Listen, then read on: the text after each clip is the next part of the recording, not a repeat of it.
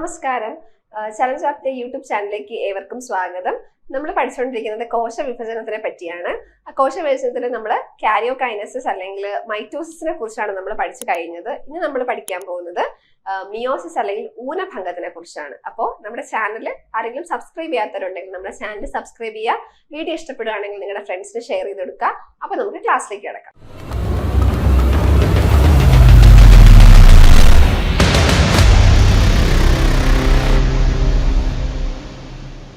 ഇപ്പൊ നമുക്കറിയാം, നമ്മൾ പറഞ്ഞു നമ്മുടെ എല്ലാ കോശങ്ങളിലും ക്രോമോസം സംഖ്യ എത്രയാണ്? മനുഷ്യന്റെ എല്ലാ കോശങ്ങളിലെയും ക്രോമോസം സംഖ്യ എന്ന് പറയുന്നത് 46 ഓക്കെ. അപ്പൊ എത്രയാണ് ക്രോമോസം സംഖ്യ എന്ന് പറയുന്നത്? 46 അല്ലെ? അപ്പോ മനുഷ്യന്റെ എല്ലാ കോശങ്ങളിലും 46 ക്രോമസോമുകളാണെങ്കിൽ പുംബീജവും പുംബീജവും അണ്ടവും കൂടെ സംയോജിച്ചുണ്ടാവുന്ന സിക്താണ്ഡത്തിൽ 92 ക്രോമസോമുകൾ ഇല്ലേ എന്നാണ് ഒരു സംശയം ചോദിച്ചിരിക്കുന്ന ഒരു പിക്ചർ ആണ് ഞാൻ ഈ കാണിച്ചിരിക്കുന്നത് അല്ലെ. അപ്പൊ നിങ്ങൾക്കും അങ്ങനെ ഒരു സംശയം ചിലപ്പോൾ തോന്നാറുണ്ടാവും അല്ലെ. അപ്പൊ നമുക്കറിയാം നമ്മുടെ പുംബീജവും അണ്ടവും കൂടെ ചേർന്നാണ് അല്ലെ പുംബീജം, എഗ് അല്ലെങ്കിൽ പിന്നെ പുംബീജം എന്താണ്? സ്പേം. അണ്ടവും സ്പേമും കൂടെ പുംബീജവും തമ്മിൽ ചേർന്നാണ് എന്തുണ്ടാവുന്നത്? സൈഗോട്ട് ഉണ്ടാവുന്നത് ആണല്ലോ. അപ്പോൾ എഗ്ഗും സ്പേമും തമ്മിൽ ചേർന്നാണ് എന്തുണ്ടാവുന്നത്? സൈഗോട്ട്, സിക്താണ്ഡം ഉണ്ടാകുന്നത് എന്ന് നമുക്കറിയാം. നമ്മൾ പറഞ്ഞു നമ്മുടെ എല്ലാ കോശങ്ങളിലും 46 നമ്മുടെ ക്രോമോസം സംഖ്യ എന്നാണ് നമ്മൾ പറഞ്ഞത്. അപ്പോ ഈ 46 സൈഗോട്ടും എഗ്ഗും 46 സ്പേമും കൂടെ ഫ്യൂസ് ചെയ്യുമ്പോൾ എത്രയുണ്ടാവും?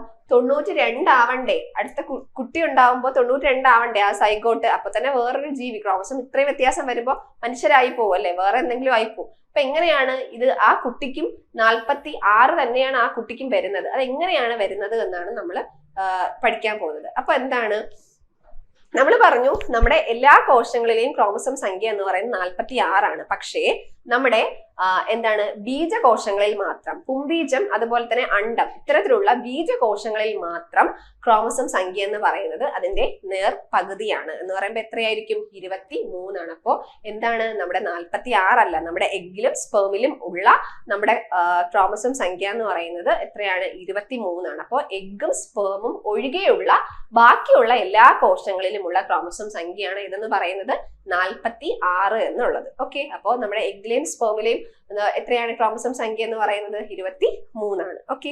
അപ്പൊ നമുക്ക് നോക്കാം. ഇതൊരു ഒരു ഫീമെയിലും ഒരു മെയിലും ആണ്. അവരുടെ കോശങ്ങളിൽ എത്രയുണ്ട്? 46 ഒരു കോശം. ആ 46 ഉള്ള ഒരു കോശമാണ് എന്തുണ്ടാക്കുന്നത്? അണ്ഡം ഉണ്ടാക്കുന്നത്. അപ്പൊ അണ്ഡം ഉണ്ടാക്കുന്ന കോശം ഏതാണോ അത് ഉണ്ടാക്കുന്ന ബീജം ഉൽപ്പാദിപ്പിക്കുന്ന കോശം, അതായത് ബീജോത്പാദന കോശം. ആ ബീജോത്പാദന കോശങ്ങളിലെ ക്രോമോസം സംഖ്യ എന്ന് പറയുന്നത് 46 തന്നെയാണ്. അതിൽ നിന്ന് ഉണ്ടായി വരുന്ന അണ്ഡം എന്ന് പറയുന്നതിന് ക്രോമോസം സംഖ്യ എത്രയാണ്? 23. അതുപോലെ തന്നെ പുരുഷന്മാരിലും ബീജോത്പാദന കോശം, ഈ പുംബീജങ്ങൾ ഉണ്ടാക്കുന്ന കോശങ്ങൾ, പുംബീജം ഉണ്ടാക്കുന്ന ബീജോത്പാദന കോശങ്ങളിലെ ക്രോമോസം സംഖ്യ എന്ന് പറയുന്നത് 46 തന്നെയാണ്. പക്ഷെ അവരുടെ ബീജങ്ങൾക്ക് മാത്രം എന്താണ് ക്രോമോസം സംഖ്യ എന്ന് പറയുന്നത്? 23. അങ്ങനെയാണ് അണ്ടവും പുംബീജവും കൂടെ ചേർന്ന് 23 കൂടെ ചേർന്ന് സിക്താണ്ഡം എത്രയാവുന്നത്? 46 ഒരു കുട്ടി ഉണ്ടാവുന്നത്. ഓക്കെ. അപ്പൊ നമുക്ക് ഇത് എങ്ങനെയാണെന്ന് വെച്ചാൽ, എങ്ങനെയാണ് ഇത് പകുതിയാവുന്നത്? 46 എന്നുള്ളത് ബീജോത്പാദന കോശങ്ങളിൽ നിന്നും എങ്ങനെയാണ് 23 എന്നുള്ള ഒരു ബീജം ഉണ്ടായി മാറുന്നത്, പുംബീജം അല്ലെങ്കിൽ അണ്ഡകോശങ്ങൾ ഉണ്ടായി വരുന്നത്, പകുതിയുള്ള ഒരു അണ്ഡകോശം ഉണ്ടായി വരുന്നത് എന്നുള്ളതാണ് നമ്മൾ നോക്കുന്നത്.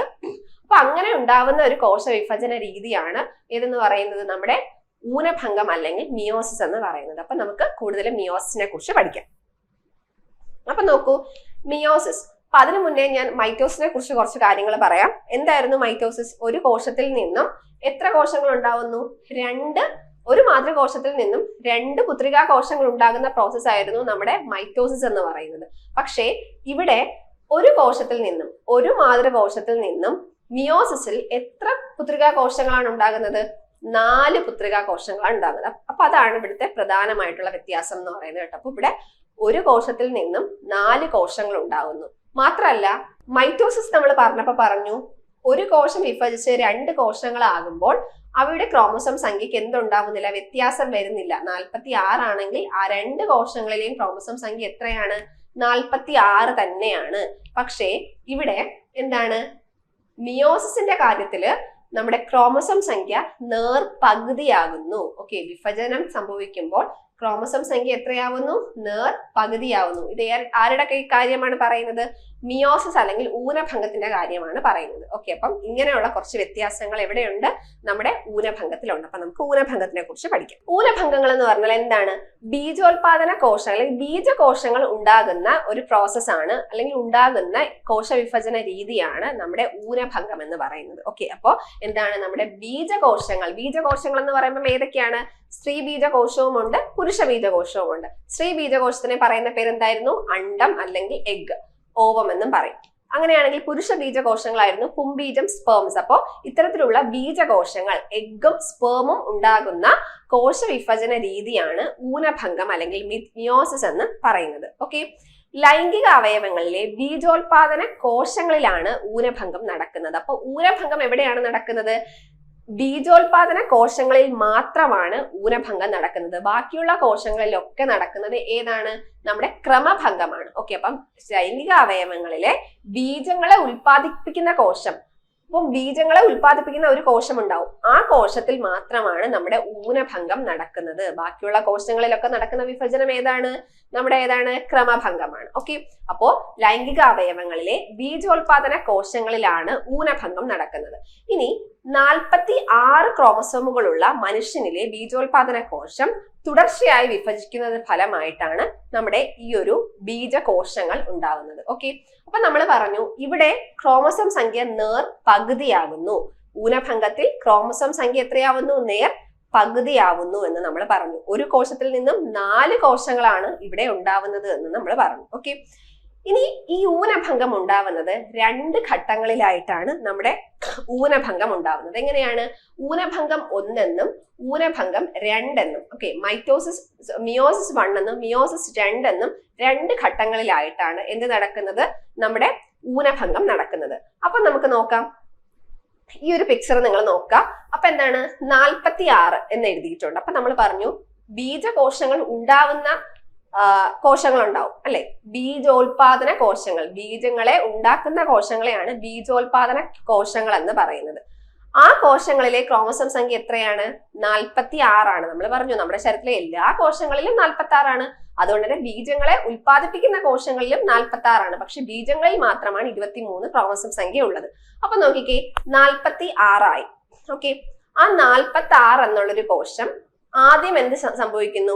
ഫസ്റ്റ് മിയോട്ടിക് ഡിവിഷൻ സംഭവിക്കുന്നു. ഒന്നാമത്തെ ഊനഭംഗം 1 സംഭവിച്ച് അതെന്തായിട്ട് മാറുന്നു? 2 കോശങ്ങളായിട്ട് മാറുന്നു. അപ്പോ 46 എന്നുള്ള ഒരു കോശം എന്താണ്? ആദ്യത്തെ ഊനഭംഗം സംഭവിക്കുമ്പോൾ അതെന്തായിട്ട് മാറുന്നു? 2 കോശങ്ങളായിട്ട് മാറുന്നു. ഓക്കെ, ഇങ്ങനെ കോശങ്ങൾ ഉണ്ടാവുമ്പോൾ നമ്മൾ പറഞ്ഞു ക്രോമസോം സംഖ്യ മിയോസിസിലാവുമ്പം അവരുടെ ക്രോമസോം സംഖ്യ എത്രയാവുന്നു എന്ന് പറഞ്ഞു? പകുതിയാകുന്നു എന്ന് പറഞ്ഞു. അപ്പൊ എത്രയാണ്? 23 23 ആകുന്നു. ഇതാണ് നമ്മുടെ ഫസ്റ്റ് മിയോട്ടിക് ഡിവിഷൻ, അല്ല ഒന്നാമത്തെ ക്രോമസോം ഊനഭംഗം 1 എന്ന് പറയുന്നത്. അപ്പൊ നമ്മൾ പറഞ്ഞു ഊനഭംഗം 1, 2 അങ്ങനെ 2 ഘട്ടങ്ങളിലായിട്ടാണ് നടക്കുന്നത്. ഒന്നാമത്തെ ഘട്ടത്തിൽ എന്ത് ചെയ്യുന്നു? ഒരു ബീജോത്പാദന കോശം വിഭജിച്ച് 2 കോശങ്ങളായിട്ട് മാറി. ഓക്കെ, 2 കോശങ്ങളായിട്ട് മാറി. അവയുടെ ക്രോമസോം സംഖ്യ നേർപകുതിയായി 23 ആയി. ഇനി എന്താ ചെയ്യുന്നത്? ഊനഭംഗം 2 എന്ന് പറയുന്ന പ്രക്രിയ നടക്കണം. ഓക്കെ, ഊനഭംഗം 2ൽ എന്താ ചെയ്യുന്നത്? ഈ കോശവും 2 കോശങ്ങളായിട്ട് മാറുന്നു, രണ്ടാമത്തതും 2 കോശങ്ങളായിട്ട് മാറുന്നു. അപ്പോ ഫലത്തില് ഈ ഒരു കോശത്തിൽ നിന്നും നമുക്ക് എത്ര കോശങ്ങളാണ് ഇവിടെ കിട്ടിയത്? 4 കോശങ്ങൾ നമുക്ക് കിട്ടി അല്ലെ? മിയോസിസിന്റെ ഫലമായിട്ട് ഒരൊറ്റ സിംഗിൾ സെല്ലിൽ നിന്നും 4 കോശങ്ങളാണ് ഉണ്ടാവുന്നത്. പക്ഷേ ഇനി ഇവിടെ ക്രോമസോം സംഖ്യ നിങ്ങൾ നോക്കുക. നമ്മൾ പറഞ്ഞു മിയോസിസിൽ ക്രോമസോം സംഖ്യ എപ്പോഴും പകുതിയാണ് ആവുന്നത്. അപ്പോ 23 അടുത്ത 2 വിഭജനം നടക്കുമ്പോൾ നമ്മൾ ചിന്തിക്കും 23ന്റെ പകുതിയാണല്ലോ ആവാനുള്ളത്. പക്ഷെ ഇവിടുത്തെ ക്രോമസോം സംഖ്യ എന്ന് പറയുന്നത് എത്ര തന്നെയാണ്? 23 തന്നെയാണ്. അപ്പൊ എന്തുകൊണ്ടാണ് മിയോസിസിൽ ഫസ്റ്റ് മിയോട്ടിക് ഡിവിഷൻ നമ്മൾ പറഞ്ഞു എന്താണ്? അവിടെ ക്രോമസോം സംഖ്യ നേർപകുതിയായി. പക്ഷെ ഇവിടെ എന്ത് സംഭവിച്ചില്ല? ക്രോമസോം സംഖ്യ പകുതിയായില്ല. അതിന് ഒരു വ്യത്യാസവും വന്നില്ല. അത് തന്നെയാണ് ഇവിടെ വന്നത്. അപ്പൊ എന്തുകൊണ്ടായിരിക്കും മിയോട്ടിക് ഡിവിഷൻ സെക്കൻഡില് എന്താണ് ക്രോമസോം സംഖ്യ വ്യത്യാസം ഒന്നും വരാത്തത് എന്ന് നമുക്കൊരു സംശയം തോന്നും അല്ലെ? അപ്പൊ അതിന്റെ കാരണം എന്ന് പറയുന്നത് ഇവിടെ മിയോട്ടിക് ഡിവിഷൻ 2 എന്ന് പറയുന്നത് അല്ലെങ്കിൽ ഊനഭംഗം 2 എന്ന് പറയുന്നത് എന്തിന് തുല്യമാണ്? നമ്മുടെ ക്രമഭംഗത്തിന് തുല്യമാണ്. ഓക്കെ, ഊനഭംഗം 2 എന്ന് പറയുന്നത് ക്രമഭംഗത്തിന് തുല്യമാണ്. അപ്പൊ നമുക്കറിയാം ക്രമഭംഗത്തില് എന്ത് സംഭവിക്കുന്നില്ല? നമ്മുടെ ക്രോമസോം സംഖ്യക്ക് വ്യത്യാസം വരുന്നില്ല. അതുകൊണ്ടാണ് ഇവിടെ എന്ത് സംഭവിക്കുന്നില്ല? ക്രോമസോം സംഖ്യക്ക് ഒരു വ്യത്യാസം വരുന്നില്ല. കാരണം ഊനഭംഗം 2 എന്ന് പറയുന്നത് എന്തിനു തുല്യമാണ്? ക്രമഭംഗത്തിന് തുല്യമാണ്. അതുകൊണ്ട് തന്നെ ഇവിടെ എന്ത് സംഭവിക്കുന്നില്ല? ക്രോമസോം സംഖ്യക്ക് മാറ്റം ഉണ്ടാവുന്നില്ല. അപ്പൊ ഇതിന്റെ ഫലമായി ഉണ്ടാവുന്ന ഈ 4 കോശങ്ങൾ എന്ന് പറയുന്നത് എന്താണ്? 4 സ്പേംസ് ആണ്. ആരുടെ കേസാണ് പറയുന്നത്? പുരുഷന്മാരുടെ കേസാണ് പറയുന്നത്. അപ്പൊ ഇതെന്താണ്? 4 പുംബീജങ്ങളാണ്. അപ്പൊ ഇത് പിക്ചർ നിങ്ങൾ കണ്ടല്ലോ, 4 പുംബീജങ്ങൾ ഉണ്ടായി. അപ്പോ ഒരു ബീജോത്പാദന കോശങ്ങളിൽ നിന്നും എത്ര പുംബീജങ്ങളാണ് ഇവിടെ ഉണ്ടായത്? 4 പുംബീജങ്ങളാണ് ഇവിടെ ഉണ്ടായത്. ഓക്കെ, അപ്പൊ ഒരു ബീജോത്പാദന കോശങ്ങളിൽ നിന്നും 4 പുംബീജങ്ങളാണ് ഇവിടെ ഉണ്ടായത്. ക്രോമസോം സംഖ്യ എത്രയായിരുന്നു? ആ 4 പുംബീജങ്ങളുടെയും ക്രോമസോം സംഖ്യ എന്ന് പറയുന്നത് 23 ആണ്. പകുതിയാണ്. ഓക്കെ, അപ്പം ഇങ്ങനെയാണ് എന്ത് ചെയ്യുന്നത്? 46 ഉള്ള ഒരു കോശങ്ങളിൽ നിന്നും അതിന്റെ പകുതിയായ 23 ഉള്ള ഒരു എന്തുണ്ടാവുന്നത്? ബീജകോശങ്ങൾ ഉണ്ടായി വരുന്നത്. ഓക്കെ, മനസ്സിലായോ? അപ്പൊ പുരുഷന്മാരുടെ കാര്യമാണ് നമ്മൾ പറയുന്നത്. അവിടെ എന്താണ്? ഒരു ബീജോത്പാദന കോശമുണ്ട്. ആ ബീജോത്പാദന കോശങ്ങളുടെ ക്രോമസോം സംഖ്യ 46 ആണ്. അവരെന്ത് ചെയ്യുന്നു? ആദ്യത്തെ മിയോട്ടിക് ഡിവിഷൻ സംഭവിക്കുമ്പോൾ 2 തുല്യമായിട്ടുള്ള 2 കോശങ്ങളായിട്ട് മാറുന്നു. അവയുടെ ക്രോമസോം സംഖ്യ പകുതിയാവുന്നു. കാരണം ഊനഭംഗം 1 എന്ന് പറയുന്നത് കറക്റ്റ് ഊനഭംഗമാണ്. അപ്പോൾ അവിടെ എന്ത് സംഭവിക്കുന്നു? നമ്മുടെ ക്രോമസോം സംഖ്യ പകുതിയാവുന്നു. 23 ക്രോമസോം സംഖ്യയുള്ള 2 കോശങ്ങളായിട്ട് മാറുന്നു. ആ കോശങ്ങൾ വീണ്ടും വിഭജിക്കുന്നു. പക്ഷെ അവിടെ ക്രോമസോം സംഖ്യക്ക് മാറ്റം വരുന്നില്ല. അതിന്റെ കാരണം എന്ന് പറയുന്നത് ഊനഭംഗം 2 എന്ന് പറയുന്നത് എന്തിനു തുല്യമാണ്? നമ്മുടെ മൈറ്റോസിസിന് തുല്യമാണ്. അതുകൊണ്ട് തന്നെ അവിടെ ക്രോമസോം സംഖ്യക്ക് വ്യത്യാസം വരുന്നില്ല. അതിന്റെ ഫലമായിട്ട് ഒരു കോശത്തിൽ നിന്നും 4 പുംബീജങ്ങളാണ് ഇവിടെ ഉണ്ടായി വരുന്നത്. ഓക്കെ, അവരുടെയൊക്കെ ക്രോമസോം സംഖ്യ എത്രയാണ്? 23 തന്നെയാണ്. ഓക്കെ, അപ്പൊ ഇനി നമ്മള് സ്ത്രീകളുടെ കാര്യമാണ് നോക്കുന്നത്. അപ്പൊ സ്ത്രീകളിലും ക്രോമസോമിന്റെ കാര്യങ്ങളൊക്കെ ഈ സെയിം തന്നെയാണ്. പക്ഷെ ഇവിടെ കുറച്ച് വ്യത്യാസമുണ്ട്. എന്ന് വെച്ചാൽ ഇവിടെ നോക്കൂ, ഇവിടെ എന്താണ്? 46 ഉള്ള ഒരു കോശം വിഭജിച്ച് ഒരു ബീജോത്പാദന കോശം. ഓക്കെ, ആ ബീജോത്പാദന കോശത്തിലെ ക്രോമസോം സംഖ്യ എത്രയാണ്?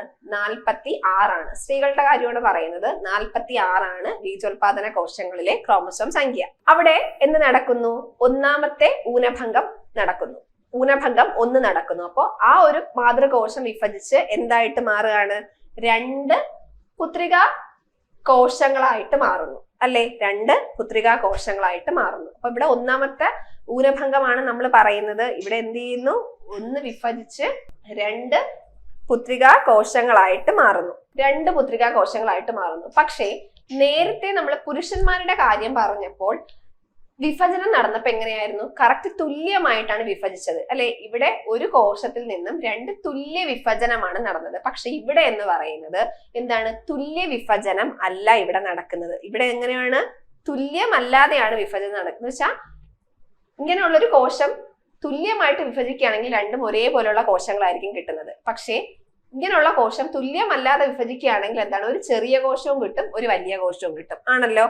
അപ്പോ ഇവിടെ അങ്ങനെയാണ് ഇവിടെ നടക്കുന്നത്. അപ്പൊ നോക്കാം, ഇവിടെ എന്താണ്? 46 ഉള്ള ഒരു ബീജോത്പാദന കോശം അവിടെ വിഭജനം നടക്കുന്നു. ഊനഭംഗം 1 നടക്കുമ്പോൾ എന്താണ്? തുല്യമല്ലാതെ നടക്കുന്നത് കൊണ്ട് തന്നെ ഒരു ചെറിയ കോശവും ഒരു വലിയ കോശവും ഇവിടെ ഉണ്ടാവുന്നു. ഓക്കെ, അപ്പൊ എങ്ങനെയാണ് ആ ഒരു ചെറിയ കോശവും വലിയ കോശവും ഉണ്ടായെന്ന് മനസ്സിലായല്ലോ. വിഭജനം തുല്യമല്ലാതെ നടക്കുന്നത് കൊണ്ടാണ് ഒരു ചെറിയ കോശം ഉണ്ടായി, ഒരു വലിയ കോശം ഉണ്ടായി. ഓക്കെ, അങ്ങനെയാണെങ്കിൽ ഇവരുടെ ക്രോമസോം സംഖ്യ എത്രയാണ്? നമ്മൾ നേരത്തെ പറഞ്ഞു, ഊനഭംഗം 1 എന്താ സംഭവിക്കുന്നത്? ക്രോമസോം സംഖ്യ പകുതിയാണ് ആവുന്നത്. അപ്പോ എന്താണ്? ഇവിടെ 23 ആവുന്നു. ഇതിന്റെയും ക്രോമസോം സംഖ്യ എന്ന് പറയുന്നത് 23 തന്നെയാണ്. ആണല്ലോ? ഇനി എന്താ ചെയ്യുന്നത്? ഇപ്പൊ ഉണ്ടായ ഈ പുത്രികാ കോശങ്ങൾ വീണ്ടും എന്ത് സംഭവിക്കുന്നു? ഊനഭംഗം 2 എന്ന് പറയുന്ന പ്രോസസ്സിലേക്ക് കടക്കുകയാണ്. അപ്പോ ഇവിടെ എന്ത് ചെയ്യുന്നു? 2 കോശങ്ങൾ ഉണ്ടാവുന്നു. അപ്പോ ഇത് ഓൾറെഡി ഒരു ചെറിയ കോശമാണ്. അതുകൊണ്ട് തന്നെ ഇത് വിഭജിക്കുമ്പോൾ എന്താണ്? 2 ചെറിയ കോശങ്ങളാണ് ഉണ്ടാവുന്നത്. ഇനി നേരത്തെ നമ്മൾ പറഞ്ഞ വലിയ കോശം, അതും എന്താണ്? തുല്യമല്ലാതെയാണ്, അൺഈക്വൽ ആയിട്ടാണ് ഡിവൈഡ് ചെയ്യുന്നത്. അപ്പോ ഇവിടെയും ഒരു ചെറിയ കോശവും ഒരു വലിയ കോശവും ഉണ്ടാവുന്നു. ഓക്കെ, ഒരു ചെറിയ കോശവും ഒരു വലിയ കോശവും ഉണ്ടാവുന്നു. അപ്പോ ഇവിടെയൊക്കെ അവരുടെ ക്രോമസോം സംഖ്യ എത്രയാണ്? 23. ഇവിടെയും 23, ഇവിടെയും 23. ഇവിടത്തെ എത്രയാണ്? 23. ഓക്കെ, അപ്പൊ നമ്മൾ പറഞ്ഞു ക്രോമസോം സംഖ്യ നേരത്തെ നമ്മൾ പറഞ്ഞ അതേപോലെ തന്നെയാണ് ഇവിടെ നടക്കുന്നത്. അപ്പോ ഇവിടെ നമ്മൾ നോക്കുമ്പോൾ ഇത് 3ഉം എന്താണ്? ചെറിയ കോശങ്ങളാണ് അല്ലെ. ഇത് മൂന്നും ചെറിയ കോശങ്ങൾ. ഇവിടെ ഒരൊറ്റ കോശം മാത്രമാണ് നമുക്ക് വലിയ ഒരു കോശം കിട്ടിയത്. ആ കോശമാണ് നമ്മുടെ അണ്ഡം എന്ന് പറയുന്നത്. ഓക്കെ, അണ്ഡം അല്ലെങ്കിൽ എഗ് എന്ന് പറയുന്നത്. അപ്പോ ഈ ഒരു പിക്ചർ നിങ്ങൾക്ക് നോക്കുമ്പോൾ മനസ്സിലാവും എന്താണ്. ആദ്യത്തെ ഒരു ബീജോത്പാദന കോശം വഴി സ്ത്രീകളിൽ ആദ്യം അണീക്വൽ ആയിട്ട് ഡിവിഷൻ നടക്കുന്നതിന്റെ ഫലമായിട്ട് ഒരു ചെറിയ കോശവും ഒരു വലിയ കോശവും ഉണ്ടായി. ഇനി എന്താ ചെയ്യുന്നത്, ആ രണ്ട് കോശങ്ങൾ വീണ്ടും വിഭജനം നടക്കുമ്പോൾ എന്ത് ചെയ്യുന്നു, ചെറിയ കോശം ആയതുകൊണ്ട് മറ്റേത് രണ്ടും ചെറിയ രണ്ട് കോശങ്ങളായിട്ട് മാറുന്നു. മറ്റത് വലിയ കോശം എന്ത് ചെയ്യുന്നു, വീണ്ടും അണീക്വൽ ആയിട്ട് ഡിവൈഡ് ചെയ്ത് വീണ്ടും ഒരു വലിയ കോശവും ചെറിയ കോശവും ആയിട്ട് മാറുന്നു. ഈ ചെറിയ കോശങ്ങളായവരെല്ലാവരും എന്തായിട്ട് മാറി, പോളാർ ബോഡികളായിട്ട് മാറി. അപ്പോൾ ഈ ചെറിയ കോശങ്ങളായവരെല്ലാവരും എന്തായിട്ട് മാറുന്നു, പോളാർ ബോഡികളായിട്ട് മാറുന്നു. ആ പോളാർ ബോഡിക്ക് പ്രത്യേകിച്ച് ധർമ്മം ഒന്നും തന്നെ ഇല്ല, പ്രത്യേകിച്ച് ഫങ്ഷൻസ് ഒന്നും തന്നെ ഇല്ല. പക്ഷെ ഇവിടെ നല്ല ഫങ്ഷണൽ ആയിട്ട് ഒരൊറ്റ അണ്ഡം മാത്രമാണ് നമുക്ക് കിട്ടിയത് അല്ലെ. ഇവിടെ നോക്കിക്കേ, ഈ ബ്ലൂ കളറിൽ കിടക്കുന്നത്. അപ്പോൾ ഒരൊറ്റ അണ്ഡം മാത്രമാണ് ഇവിടെ ഫങ്ഷണൽ ആയിട്ട് നമുക്ക് കിട്ടിയത്. ബാക്കി മൂന്നെണ്ണവും എന്തായിട്ട് മാറി, പോളാർ ബോഡികളായിട്ട് മാറി. ഓക്കെ, അപ്പോ പുരുഷന്മാരുടെ കാര്യം എങ്ങനെയായിരുന്നു, ഒരു ബീജകോശത്തിൽ നിന്നും 4 സ്പേംസ് 4 പുംബീജങ്ങളായിരുന്നു ആർക്ക് കിട്ടിയത്, നമ്മുടെ പുരുഷന്മാരിൽ കിട്ടിയത്. എന്നാൽ സ്ത്രീകളുടെ കാര്യത്തില് ഒരു ബീജോത്പാദന കോശങ്ങളിൽ നിന്നും ഒരൊറ്റ അണ്ഡം മാത്രമേ ഉണ്ടായുള്ളൂ. ഓക്കെ, അപ്പൊ അതാണ് വ്യത്യാസം. മറ്റവരിൽ 4 സ്പേംസ് ഉണ്ടാവുന്ന ഇവിടെ നമുക്ക് ഒരു അണ്ഡം മാത്രമാണ് സ്ത്രീകളിൽ ഉണ്ടാവുന്നത്. പക്ഷെ എത്ര കോശങ്ങളാണ് ഉണ്ടാവുന്നത് ചോദിച്ചാലോ, സ്ത്രീകളിലാണെങ്കിലും പുരുഷന്മാരിലാണെങ്കിലും നമ്മുടെ മിയോസിസിന്റെ ഫലമായിട്ട് ഉണ്ടാവുന്നത് 4 കോശങ്ങൾ തന്നെയാണ്. പുരുഷന്മാരിൽ ഈ 4 കോശങ്ങളും 4 സ്പേംസ് ആയിട്ട് മാറി, കുംബീജ കോശങ്ങളായിട്ടാണ് മാറിയത്. എന്നാൽ സ്ത്രീകളില് ഒരു കോശം മാത്രമേ അണ്ഡമായിട്ട് മാറിയുള്ളൂ. ബാക്കി 3 കോശങ്ങളും എന്തായിട്ടാണ് മാറിയത്, നമ്മുടെ പോളാർ ബോഡികളായിട്ടാണ് മാറിയത്. മൊത്തത്തിൽ 4 കോശങ്ങൾ തന്നെ ആർക്കും ഉണ്ടായിട്ടുണ്ട്, നമ്മുടെ സ്ത്രീകളിലും ഉണ്ടായിട്ടുണ്ട്. ഓക്കെ, അപ്പം ക്രോമസോം സംഖ്യ എത്രയാണ്, ഈ ഉണ്ടായവരിൽ എല്ലാവരിലും ക്രോമസോം സംഖ്യ എന്ന് പറയുന്നത് 23 തന്നെയാണ്. ഓക്കെ, അപ്പോ പ്രത്യുൽപാദന ശേഷി ഇല്ലാത്ത ഈ പോളാർ ബോഡികൾ എന്താ ചെയ്യുന്നത്, നശിച്ചു പോകുന്നു. ഇവിടെ പ്രത്യുൽപാദന ശേഷി ഉള്ളത് എന്ന് പറയുന്നത് ആർക്കാണ്, നമ്മുടെ അണ്ഡത്തിന് മാത്രമാണ് പ്രത്യുൽപാദന ശേഷി ഉള്ളത് എന്ന് പറയുന്നത്. ഓക്കെ, അപ്പം ഇങ്ങനെയാണ് നമ്മുടെ ഊനഭംഗം നടക്കുന്നത്. അപ്പോ നമുക്ക് ആ ക്രോമസോം സംഖ്യയുടെ കാര്യത്തിൽ മാത്രം നിങ്ങൾക്ക് കൺഫ്യൂഷൻ ഉണ്ടാവാൻ പാടില്ല. എന്താണ് നമ്മൾ പറഞ്ഞു, ക്രോമസോം സംഖ്യ പകുതിയാവുന്നു എന്ന് പറഞ്ഞു. അപ്പൊ ആക്ച്വൽ മിയോസിസ് എന്ന് പറയുന്ന ഒരു പ്രക്രിയ നടക്കുന്നത് നമ്മുടെ ഫസ്റ്റ് മിയോട്ടിക് ഡിവിഷൻ ആണ്. കാരണം അവിടെയാണ് എന്ത് ചെയ്യുന്നത്, കറക്റ്റ് നമ്മുടെ ക്രോമസോം സംഖ്യ വിഭജനം നടക്കുമ്പോൾ 2 പകുതിയാവുന്നത്. പിന്നെ രണ്ടാമത്തെ ക്രോമസോം സംഖ്യ രണ്ടാമത്തെ മിയോസിസ് എന്ന് പറയുന്നത് എന്തിനു തുല്യമാണ്, നമ്മുടെ മൈറ്റോസിസിന് തുല്യമാണ്. അതുകൊണ്ട് തന്നെ അവിടെ ക്രോമസോം സംഖ്യയ്ക്ക് വ്യത്യാസമൊന്നും ഉണ്ടാവുന്നില്ല. അങ്ങനെയാണ് ഹാപ്ലോയിഡ് ആയിട്ടുള്ള, ഹാപ്ലോയിഡ് എന്ന് പറയുന്നത് ക്രോമസോം സംഖ്യ പകുതിയുള്ള എന്തായിട്ട് മാറുന്നത്, നമ്മുടെ ബീജകോശങ്ങൾ ഉൽപ്പാദിപ്പിക്കുന്ന ഒരു പ്രക്രിയയായിട്ട് മാറുന്നത്. ഓക്കെ, അപ്പോ പുരുഷന്മാരിലും സ്ത്രീകളിലുമുള്ള വ്യത്യാസങ്ങൾ നിങ്ങൾക്ക് മനസ്സിലായല്ലോ. എന്താണ്, പുരുഷന്മാരിൽ ഈക്വൽ ആയിട്ടായിരുന്നു ഡിവൈഡ് ചെയ്യുന്നത്. അതുകൊണ്ട് തന്നെ ഒരു ബീജോത്പാദന കോശങ്ങളിൽ നിന്നും 4 സ്പേംസ് ഉണ്ടാവുന്നു, 4 കോശങ്ങൾ ഉണ്ടാവുന്നു. ആ 4 കോശങ്ങളും എന്തായിട്ട് മാറി, പുംബീജങ്ങളായിട്ട് മാറി. എന്നാൽ സ്ത്രീകളില് ബീജോത്പാദന കോശത്തിൽ നിന്നും ഒരൊറ്റ അണ്ഡം മാത്രമേ ഉണ്ടായുള്ളൂ. ബാക്കിയുള്ള 3 പോളാർ ബോഡികളായിട്ടാണ് മാറിയത്. എന്നാൽ കോശങ്ങൾ 4 തന്നെയാണ് ഉണ്ടായത് അല്ലെ. അപ്പൊ നമുക്കിതൊന്ന് വായിച്ചു നോക്കാം, ഊനഭംഗത്തെ കുറിച്ചൊന്ന് വായിച്ചു നോക്കാം. നോക്കൂ, ബീജകോശങ്ങൾ രൂപപ്പെടുന്ന കോശ വിഭജന രീതിയാണ് ഊനഭംഗം. നമ്മൾ പറഞ്ഞു ബീജകോശങ്ങൾ ഏതൊക്കെയായിരുന്നു, ബീജകോശങ്ങൾ എന്ന് പറയുന്നത് സ്ത്രീ ബീജകോശവും പുരുഷ ബീജകോശവും. സ്ത്രീ ബീജകോശത്തിനെ പറയുന്ന പേര് അണ്ഡം അല്ലെങ്കിൽ എഗ് അല്ലെങ്കിൽ ഓവം. ഇനി പുരുഷ ബീജകോശമാണ് പുംബീജം എന്ന് പറയുന്നത്. ഓക്കെ, ഇനി ലൈംഗിക അവയവങ്ങളിലെ ബീജോത്പാദന കോശങ്ങളിലാണ് ഊനഭംഗം നടക്കുന്നത്. നമ്മൾ പറഞ്ഞു ബീജോത്പാദന കോശങ്ങളിൽ നടക്കുന്ന ഒരു വിഭജന രീതിയാണ് ഊനഭംഗം എന്ന് പറയുന്നത്. അപ്പോ ആ ബീജോത്പാദന കോശങ്ങളിലെ ക്രോമസോം സംഖ്യ എത്രയാണ്, 46 തന്നെയാണ്. നമ്മുടെ ബീജങ്ങളിൽ മാത്രമാണ് ക്രോമസോം സംഖ്യ 23 ഉള്ളത്. ഓക്കെ, അപ്പൊ 46 ക്രോമസോമുകളുള്ള മനുഷ്യനിലെ ബീജോത്പാദന കോശം തുടർച്ചയായിട്ട് എത്ര തവണ വിഭജിക്കുന്നു, 2 തവണയാണ് വിഭജിക്കുന്നത്. അപ്പോ ഊനഭംഗത്തിൽ ഈ വിഭജനം യഥാക്രമം നമ്മൾ എന്തെന്ന് പറയുന്നു, ഊനഭംഗം 1 എന്നും, ആദ്യത്തെ വിഭജനത്തിന് നമ്മൾ ഊനഭംഗം 1 എന്ന് പറയുന്നു, രണ്ടാമത്തെ വിഭജനത്തിനെ ഊനഭംഗം 2 എന്നുമാണ് പറയുന്നത്. ഓക്കെ, ഊനഭംഗം 1 ക്രോമസോം സംഖ്യ പകുതിയാവുന്നു. നമ്മൾ പറഞ്ഞു ഒരു ഊനഭംഗം 1 എന്ത് ചെയ്യുന്നു, ക്രോമസോം സംഖ്യ പകുതിയാവുന്നു. 46 എന്നുള്ളത് നേരെ 23 ആയിട്ട് മാറുന്നു. തൽഫലമായി 23 ക്രോമസോമുകളുള്ള 2 പുത്രികാ കോശങ്ങളാണ് ഇവിടെ ഉണ്ടാവുന്നത് അല്ലെ. അപ്പൊ ആദ്യത്തെ ഒരു മാതൃകോശത്തിൽ നിന്നും ഊനഭംഗം 1ന്റെ ഫലമായിട്ട് 23 ക്രോമസോമുകളുള്ള 2 പുത്രികാ കോശങ്ങളാണ് ഇവിടെ ഉണ്ടാവുന്നത്. ഊനഭംഗം 2 ഓരോ പുത്രികാ കോശവും വീണ്ടും വിഭജിക്കുന്നു. അപ്പൊ ഊനഭംഗം 2 നമ്മൾ പറഞ്ഞു എന്താണ്, ഓരോന്നും വീണ്ടും വിഭജിക്കുന്നു എന്ന് പറഞ്ഞു. ഈ വിഭജനം ക്രോമസോം സംഖ്യയ്ക്ക് വ്യത്യാസം ഉണ്ടാകുന്നില്ല. ഇവിടെ എന്ത് സംഭവിക്കുന്നില്ല? ക്രോമസോം സംഖ്യയ്ക്ക് വ്യത്യാസമേ വരുന്നില്ല. അതിന് കാരണം എന്താണ്? ഊനഭംഗം 2 എന്ന് പറയുന്നത് എന്തിന് തുല്യമാണ്? ക്രമഭംഗത്തിന് തുല്യമാണ്. അതുകൊണ്ട് തന്നെ ഇവിടെ എന്ത് ചെയ്യുന്നില്ല? ക്രമഭംഗത്തിൽ നമുക്കറിയാം ക്രോമസോം സംഖ്യയ്ക്ക് വ്യത്യാസമേ വരുന്നില്ല. അതുകൊണ്ട് ഊനഭംഗം 2 എന്ന് പറയുന്നത് ക്രമഭംഗത്തിന് തുല്യമാണ്. ക്രോമസോം സംഖ്യയ്ക്ക് വ്യത്യാസമേ വരുന്നില്ല. ഓക്കെ, ഇനി പുരുഷന്മാരുടെ കാര്യമാണ്. പുരുഷനിൽ ഊനഭംഗത്തിന്റെ ഫലമായിട്ട് ഒരു ബീജോത്പാദന കോശങ്ങളിൽ നിന്നും 23 ക്രോമസോമുകളുള്ള എത്ര പുംബീജങ്ങളാണ് ഉണ്ടാകുന്നത്? 4 പുംബീജങ്ങളാണ് ഉണ്ടാകുന്നത്. എന്നാൽ സ്ത്രീകളിൽ ഒരു ബീജോത്പാദന കോശത്തിൽ നിന്നും 1 അണ്ഡം മാത്രമാണ് ഉണ്ടാകുന്നത്. ബാക്കി 3 എണ്ണം എന്തായിട്ട് മാറുന്നു? പോളാർ ബോഡികളായിട്ട് മാറുന്നു. അവയ്ക്ക് എന്തില്ല? പ്രത്യുൽപാദന ശേഷിയൊന്നും ഇല്ലാത്ത 3 പോളാർ ബോഡികളായിട്ടാണ് മാറുന്നത്. ഓക്കെ, അപ്പൊ അങ്ങനെയാണെങ്കിൽ കുറച്ച് വ്യത്യാസങ്ങൾ നമുക്ക് നോക്കാം. ഏതു തരം കോശങ്ങളിലാണ് ക്രമഭംഗം നടക്കുന്നത്? സൊമാറ്റിക് ആണ്. സൊമാറ്റിക് സെൽസ് എന്ന് പറയുന്നത് എന്താണ്? നമ്മുടെ റീപ്രൊഡക്ഷന് വേണ്ടിയിട്ട് അല്ലാതെയുള്ള നമ്മുടെ ശരീരകോശങ്ങളുണ്ടല്ലോ, അത്തരത്തിലുള്ള കോശങ്ങളെയാണ് നമ്മൾ ഏതെന്ന് പറയുന്നത്? സൊമാറ്റിക് സെൽസ് എന്ന് പറയുന്നത്. കേട്ടോ, അങ്ങനെയാണെങ്കിൽ ഊനഭംഗം നടക്കുന്നത് ഏത് അവയവങ്ങളിലാണ്? ലൈംഗിക അവയവങ്ങളിലെ ബീജോത്പാദന കോശങ്ങളിലാണ് എന്ത് നടക്കുന്നത്? നമ്മുടെ ഊനഭംഗം നടക്കുന്നത്. ഇനി ക്രമഭംഗത്തിൽ ക്രോമസോം സംഖ്യയ്ക്ക് വരുന്ന മാറ്റം എന്താണ്? 46 എന്നുള്ളത് എന്ത് തന്നെയാവുന്നു? 46 തന്നെ ആവുന്നു അല്ലെ? വ്യത്യാസം വല്ലതും ഉണ്ടോ? ക്രോമസോം സംഖ്യയ്ക്ക് വ്യത്യാസമേ ഇല്ല. എന്നാൽ ഇവിടെ 46 എന്നുള്ളത് എന്തായിട്ട് മാറുന്നു? 23 ആയിട്ട് പോകുന്നു. നേരെ എത്രയായി? ഹാഫ് ആയി അല്ലെ? പകുതിയായി. ക്രോമസോം സംഖ്യ നേരെ പകുതിയായി. എന്നാൽ നോക്കൂ, ക്രമഭംഗത്തിൽ പുത്രിക കോശങ്ങളുടെ എണ്ണം എന്ന് പറയുന്നത് എന്താണ്? 2 ആണ്. അപ്പൊ ക്രമഭംഗം മൈറ്റോസിന്റെ ഫലമായിട്ട് ഒരു പുത്രികാ കോശങ്ങളിൽ നിന്നും ഒരു മാതൃകോശത്തിൽ നിന്നും എത്ര പുത്രികാ കോശങ്ങളാണ് ഇവിടെ ഉണ്ടാവുന്നത്? 2 കോശങ്ങളാണ് ഉണ്ടാവുന്നത്. എന്നാൽ ഊനഭംഗത്തിൽ ഒരു കോശത്തിൽ നിന്നും ഒരു മാതൃകോശത്തിൽ നിന്നും എത്ര പുത്രികാ കോശങ്ങൾ ഉണ്ടാവുന്നു? 4 പുത്രികാ കോശങ്ങൾ ഉണ്ടാവുന്നു. അത് സ്ത്രീകളിലാണെങ്കിലും പുരുഷന്മാരിലാണെങ്കിലും ഒരു കോശത്തിൽ നിന്നും 4 കോശങ്ങൾ തന്നെയാണ് ഉണ്ടാവുന്നത് അല്ലെ? പക്ഷെ അണ്ഡം എത്ര ഉണ്ടാവുന്നു എന്ന് ചോദിച്ചാൽ സ്ത്രീകളിൽ എത്രയാണ്? 1 എണ്ണവും. എന്നാൽ പുരുഷന്മാരിൽ എത്ര പുംബീജം ഉണ്ടാവുന്നു ചോദിച്ചാൽ 4. പക്ഷെ എത്ര കോശങ്ങളാണ് സ്ത്രീകളിൽ ഉണ്ടാവുന്നതെന്ന് ചോദിച്ചാൽ 4. പുരുഷന്മാരിലും എത്ര കോശങ്ങൾ എന്ന് ചോദിച്ചാലും 4 തന്നെയാണ്. ഓക്കെ, അപ്പൊ അത് നിങ്ങൾ തിരിഞ്ഞു പോകരുത്. ഓക്കെ, അപ്പം ഇവിടെ 4, ഇവിടെ 2, ഇവിടെ 4. അപ്പോ നമ്മൾ പറഞ്ഞു മൈറ്റോസിസും മിയോസിസും തമ്മിലുള്ള പ്രത്യേകതകൾ എന്തൊക്കെയായിരുന്നു? അപ്പൊ ആദ്യം നമ്മള് മൈറ്റോസിസ്, പിന്നെ രണ്ടാമത്തത് മിയോസിസ് ആണ് അല്ലെ? ഇവിടെ എന്തിനൊക്കെയാണ് കാരണം? ശരീര വളർച്ചയ്ക്കായിരുന്നു ഇവിടെ കാര്യം അല്ലെ? ശരീര വളർച്ചയ്ക്ക് വേണ്ടി നടക്കുന്ന ഒരു വിഭജനമായിരുന്നു. ഇതെന്തിനു വേണ്ടിയിട്ടാണ്? പ്രത്യുൽപാദനമാണ് അല്ലെ? പ്രത്യുൽപാദനത്തിന് വേണ്ടിയിട്ട് നടക്കുന്നതാണ് ഏതെന്ന് പറയുന്നത്? നമ്മുടെ മിയോസിസ് എന്ന് പറയുന്നത്, ഊനഭംഗം എന്ന് പറയുന്നത്. ഇവിടെ ഒരു കോശത്തിൽ നിന്നും ഒരു മാതൃകോശത്തിൽ നിന്നും 2 കോശങ്ങൾ ഉണ്ടാവുന്നു. ഇവിടെ ഒരു മാതൃകോശത്തിൽ നിന്നും 4 പുത്രികാ കോശങ്ങളാണ് ഇവിടെ ഉണ്ടാവുന്നത്. ഇവിടെ ക്രോമസോം സംഖ്യക്ക് എന്തില്ല? നോ ചേഞ്ച് അല്ലെ? ഇവിടെ വ്യത്യാസമേ ഇല്ല. ക്രോമസോം സംഖ്യക്ക് മാറ്റമേ വരുന്നില്ല.